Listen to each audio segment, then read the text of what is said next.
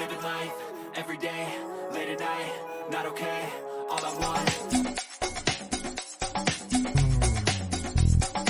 Showbiz Kachika TV. Hello mga kachika! Halos isang linggo na ang usap-usapan sa social media ang isyu na kumakalat sa pagitan nila Mark Pingris at Kim Rodriguez. Na ilang beses na nga silang spotted sa iisang lugar kung saan nga sa kanilang mga social media account ay napansin nga ng mga netizens ang mga parehong background nila sa kanilang mga naging My Day nung mga nakaraang araw. At marami na ngang mga basher ang umaatake kay Kim Rodriguez dahil nga isang pamilya nga daw ang sinisira nito na may 3 anak. Kaya naman ang kanyang manager na si OG Diaz ay hindi na nga rin nanahimik at nagsalita na patungkol sa issue na ito. Ayon nga kay OG Diaz, bilang isang manager nga daw ni Kim Rodriguez ay hindi naman daw niya kukonsintihin ang issue na ito kung ito ay totoo. Pero kinausap na nga daw niya si Kim na hindi nga daw at walang katotohanan ang mga pinapakalat sa social media. At si Mark Pingris naman ay naglabas na nga ng kanyang pahayag sa kanyang social media account na pinabubulaanan nga niya ang mga chismis na kumakalat dahil wala naman daw katotohanan ang lahat ng ito at mahal nga daw niya ang kanyang pamilya para sirain ito. Samantala, si Danica Soto naman ay no comment sa issue na kumakalat at sila nga ngayon ay nag-e-enjoy na buong pamilya sa Lingayen Beach kung saan kasama nga nila ang buong pamilya ni Mark Pingris. Halika at panoorin natin ang ilan sa mga video clips ganap na kanilang ibinahagi sa kanilang mga social media account.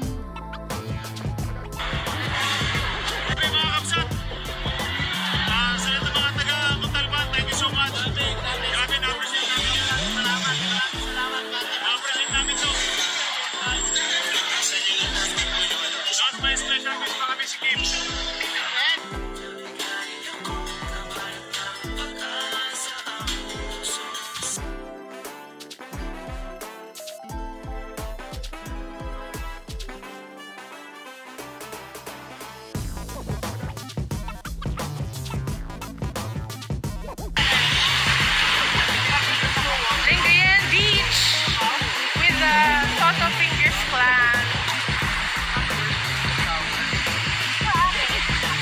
What? Hi! Oh, ano what?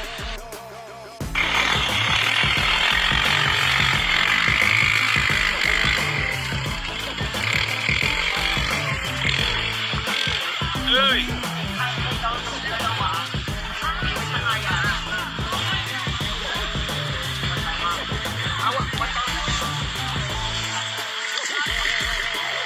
Yeah, ready? Yeah. 1, 2, let's go!